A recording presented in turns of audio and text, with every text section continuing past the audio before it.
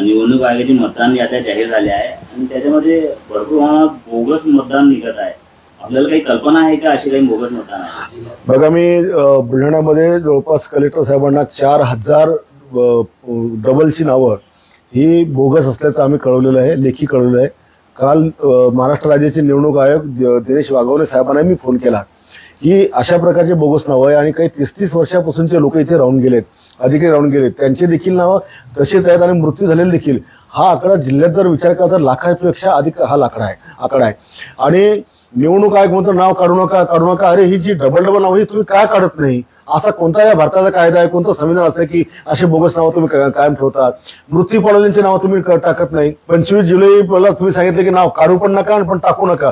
कालपर्यंत जे मुलं तरुण झाले, वयात आले, ज्यांना मतदानाचा अधिकार प्राप्त झाला, तुम्ही त्यांचा अधिकार हिसकून घेत नाहीये का? पण जे मृत्यू झालेले आहे ते नाव काढणे, त्यांचे लोक नाव काढणे, त्यांचे परिवारातली काय अशी उपाययोजना आहे तुमच्याकडे की नाव काढल्या गेल्या पाहिजे? आता हे सगळं काही शासनाच्या हाती नसतं, ही निवडणूक आयोग ही स्पेशल संस्था आहे। त्याच्यामुळे त्यांनीच हे ठरवलं पाहिजे की एकतर सगळ्यांचा मृत्यूचा दाखला हा तुम्ही निवडणूक आयोगाशी जोडून घ्या, आधार कार्डशी जोडून घ्या, म्हणजे किमान कळेल तर की कोणता मृत्यू झाला काय झाला। आणि हे जे डबल नाव हे आधारशी लिंक जर केले तर पुन्हा डबल नाव कधीच कुठे येणार नाही। म्हणजे काही लोकांना नगरपालिकेत निवडणूक करायची तर ग्रामीण भागातले नाव टाकतात, त्याच्या वर्ष निवडून येतात आणि ते ग्रामीणचे नाव पुन्हा जिल्हा परिषद नगर परिषद बाहेर जातात, तिकडे मतदान करतात।